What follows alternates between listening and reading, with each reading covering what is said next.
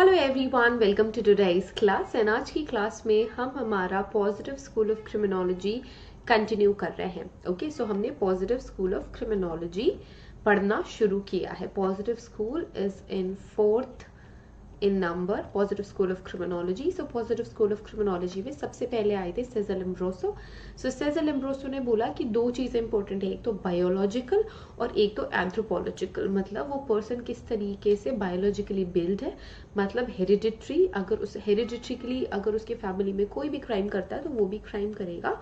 और अगर उसके कुछ फिजिकल फीचर्स ऐसे हैं, स्पेसिफिक फिजिकल फीचर जो कि कोई कमी है या उनमें as compare to other like individuals कोई अच्छी चीज नहीं है, तो they are likely to commit some crime. ठीक है। दूसरे आई एनरिको फेरी। टाइमलाइन था 1856 से 1928। It is about positive school of criminology. जो दूसरे इंपॉर्टेंट पर्सन थे एनरिको फेरी। सेजर लैम्ब्रोसो हमने ऑलरेडी पढ़ लिया, अगर आपने वीडियो नहीं देखी है तो प्रीवियस वीडियो आप जाके देख सकते हैं। Now, Enrico Ferri, he was the another chief exponent of the positive school of criminology. Okay, and that is Enrico Ferri. He challenged Lombroso view of criminology. तो इन्होंने क्या बोला, लैम्ब्रोसो ने क्या बोला था कि बायोलॉजिकल और एंथ्रोपोलॉजिकल ही ऐसे रीजन है जिसकी वजह से कोई भी क्राइम करता है। अब जो एनरिको फेरी थे उन्होंने बोला कि नहीं नहीं नहीं, ऐसे नहीं चलेगा। अगर आप बोल रहे हो बायोलॉजिकल और एंथ्रोपोलॉजिकल, तो यही दो रीजन सफिशिएंट नहीं है किसी भी पर्सन के क्रिमिनल बिहेवियर के लिए। फिर कोई भी पर्सन अगर क्राइम करता है तो सिर्फ बायोलॉजिकल रीजन या एंथ्रोपोलॉजिकल रीजन ही नहीं है। उन्होंने कुछ चीजें और ऐड करी। उन्होंने क्या बोला, through his research, Ferry proved that the biological reason were not enough to account for criminality. इन्होंने रिसर्च के थ्रू ये प्रूव कर दिया कि भाई सिर्फ और सिर्फ बायोलॉजिकल और एंथ्रोपोलॉजिकल रीजन इनफ नहीं है। ऑफ कोर्स वो कंट्रीब्यूट कर सकते हैं, but these two reasons are not enough to motivate someone to commit some crime. ठीक है। तो इन्होंने क्या बोला, he believed that the other factors such as emotional reaction, किसी भी पर्सन का इमोशनल रिएक्शन क्या था, उसका भी पार्टिसिपेशन होता है क्राइम में। सोशल इन्फॉर्मिटी, सोशल इन्फॉर्मिटी का भी पार्टिसिपेशन होता है, या फिर जियोग्राफिकल कंडीशन, उसका भी पार्टिसिपेशन होता है। These factors play vital role in determining criminal tendencies in a man. तो ये सारे छोटे छोटे फैक्टर्स ऐसे हैं जिसके थ्रू हम क्रिमिनल टेंडेंसीज आइडेंटिफाई कर सकते हैं किसी भी पर्सन में। ऑफ कोर्स कोई भी पर्सन बहुत ज्यादा खुश है या दुखी है या जेलस है, तो ये जो इमोशनल रिएक्शन है ये भी पार्टिसिपेट, ये भी कंट्रीब्यूट करते हैं। Of course even I do believe, है ना। तो ये कहना था एनरिको फेरी का। इन्होंने लैम्ब्रोसो का जो अप्रोच था बायोलॉजिकल एंथ्रोपोलॉजिकल का, उसे रिजेक्ट कर दिया और बोला कि सिर्फ यही इनफ नहीं है। प्रूव करा रिसर्च के थ्रू। फिर उन्होंने बोला कि मैं ये बिलीव करता हूँ कि emotional reaction, social infirmity, geographical condition, ये सारे के सारे इंपॉर्टेंट रोल प्ले करते हैं in criminal tendency of a man. Of course geographical condition कैसे कंट्रीब्यूट करेंगे।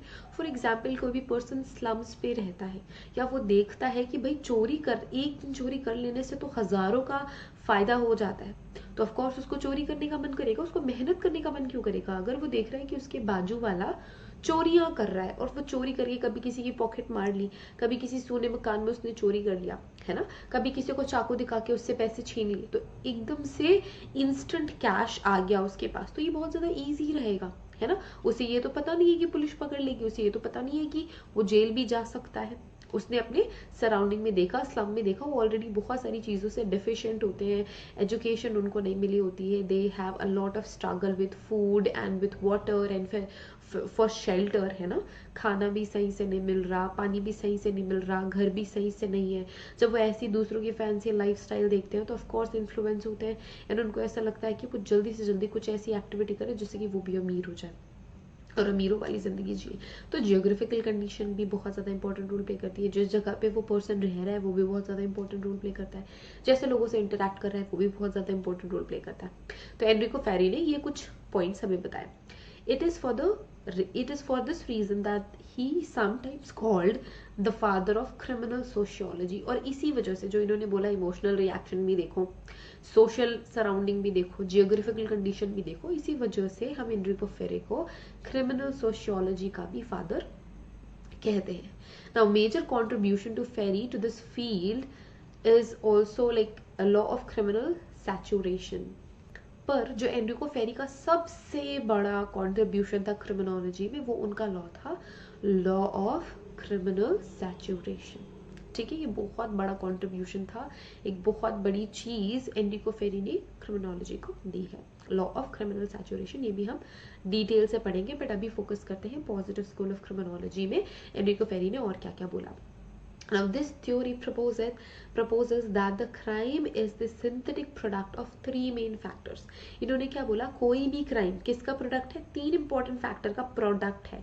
सबसे पहला क्या, फिजिकल एंड जियोग्राफिकल फैक्टर, कि कैसे फिजिकल एरिया पे कैसा फिजिकल फैक्टर है, कैसा जियोग्राफिकल एरिया है, मतलब किस तरीके के लोगों से वो घिरा हुआ है, कैसी जगह पे वो रहता है, व्हाट इज द जियोग्राफी। ठीक है, फिर दूसरा इन्होंने भी बिलीव करा कि भाई कहीं ना कहीं एंथ्रोपोलॉजिकल रीजन भी इंक्लूडेड है।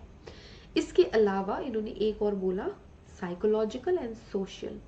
ठीक है, उसकी साइकोलॉजी कैसी बिल्ड हुई है, बचपन से उसने क्या सीखा है, क्या देखा है ना, कैसी सोसाइटी पे वो बिलोंग कर रहा है, क्या वो ये देख रहा है कि डेली डेली उसके जो पिता हैं या जो उसके फादर है वो फिजिकली अब्यूज कर रहे हैं, उसकी मदर को मार रहे हैं, पीट रहे हैं, पैसे छीन रहे हैं, इस तरीके की इंटरेक्शन अगर उसके बचपन से रहे हैं तो ये ऑफ कोर्स हम कह सकते हैं कि कहीं ना कहीं क्रिमिनल टेंडेंसीज आ सकती हैं उस बच्चे में, क्योंकि जब बहुत छोटी एज होती है किसी भी इंडिविजुअल की, तो that age is really very sensitive, and उसी एज में we just take all the information and build up वो पर्सनैलिटी। सो साइकोलॉजिकल और सोशल चीज जो है वो भी बहुत ज्यादा इंपॉर्टेंट है। साइकोलॉजिकल और सोशल फैक्टर भी क्राइम का प्रोडक्ट, लाइक क्राइम उसका प्रोडक्ट है। अगर साइकोलॉजी सही नहीं है क्राइम कर सकते हैं, सोशियोलॉजिकल जो भी सराउंडिंग है वो सही नहीं है क्राइम कर सकते हैं, एंथ्रोपोलॉजिकल रीजन हो सकते हैं जिसकी वजह से क्राइम कर सकते हैं, physical and geographical. So Enrico Ferri का कहना था कि भाई ये तीन चीजें ऐसी हैं जिनका प्रोडक्ट क्राइम हो सकता है। Now, Enrico Ferri emphasized that the criminal behavior is an outcome of variety of factors having their combined effect on that individual. इनका कहना बिल्कुल सही था, इन्होंने बोला कि भाई कोई एक दो फैक्टर नहीं होता कि कोई पर्सन क्राइम कर ले, बहुत सारे ऐसे फैक्टर होते हैं जो कंट्रीब्यूट करते हैं और इसी वजह से वो पर्सन क्राइम करता है, राइट। और यही चीज़ें, दो चार चीज़ें यहाँ पे लिखी हुई है कि कैसे कंट्रीब्यूट करती है, कौन कौन से फैक्टर्स कंट्रीब्यूट कर सकते हैं। Okay, let's move forward, which is more important. Now, Enrico Ferri emphasized that a criminal should be treated as a product of conditions which played in his or her life. जब कभी भी हम किसी भी criminal को देखें तो हमें उसे ऐसे ट्रीट करना चाहिए कि जो क्रिमिनल है ये अपनी कंडीशन की वजह से क्रिमिनल बना है, जो भी उसके लाइफ में इंपॉर्टेंट रोल प्ले कर रहा था या कर रही थी, लाइक कोई भी इंडिविजुअल कोई इंपॉर्टेंट रोल प्ले कर रहा है या जो भी कंडीशन, जिस भी कंडीशन में वो रहा है वो इंपॉर्टेंट रोल प्ले करता है उसकी क्रिमिनल एक्टिविटी के लिए। Now therefore the basic purpose of crime prevention programmes और programme should be to remove conditions which make a crime. और इनका कहना था कि अगर हम क्राइम प्रिवेंशन करना चाहते हैं, क्राइम होने से बचाना चाहते हैं, तो हमें उन चीज़ों को फोकस करना है जिनकी वजह से लोग क्राइम कर रहे हैं, उन चीज़ों को हम एलिमिनेट करेंगे, लोग क्राइम नहीं करेंगे। बिल्कुल मानना सही था, even I just believe Enrico Ferri sir. ठीक है, इन्होंने बहुत हद तक बहुत सही चीज़ें हमें बताई थी। नाउ इन्होंने 5 फोल्ड क्लासिफिकेशन दिया था क्रिमिनोलॉजी के लिए, क्रिमिनल बिहेवियर के लिए, क्रिमिनल्स के लिए।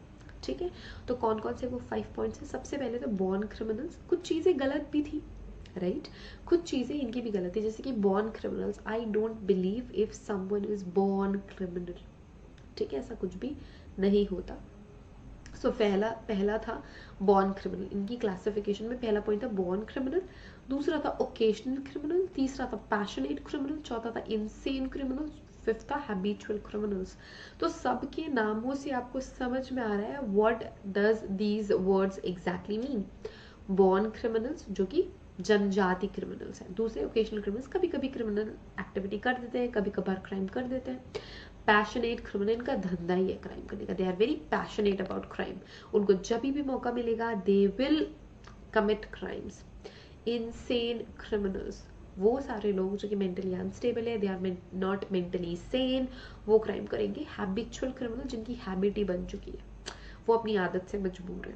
तो ये 5 fold classification Enrico Ferri sir ने हमें दी थी। Okay, then we have the third person who is, okay, Cesare Lombroso हमने कर लिया, ओके, एनरिको फेरी हमने कर लिया ना। Then we have Raffaele Garofalo. Raffaele Garofalo को हम नेक्स्ट लेसन में, नेक्स्ट क्लास में करेंगे। Okay, so we are done with Cesare Lombroso इनकी thinking, we are done with Enrico Ferri इनकी thinking, we are left with Raffaele Garofalo, वो हम next class में करेंगे। आई होप ये लेक्चर आपके लिए हेल्पफुल हो, आई होप ये लेक्चर आप सभी के लिए अंडरस्टैंडेबल होगा। अगर कोई क्वेश्चन है, डाउट है, क्वेरी है, तो आप हमेशा कमेंट कर सकते हैं, मैं वो सारे के सारे कमेंट्स एड्रेस जरूर करूंगी। If you want to join our batch, link आपको डिस्क्रिप्शन में मिल जाएगी, कमेंट सेक्शन में मिल जाएगी। Thank you so much everyone for watching this video. Have a great day ahead. Take care of yourselves and see you guys in the next video. Till then, take care. Bye.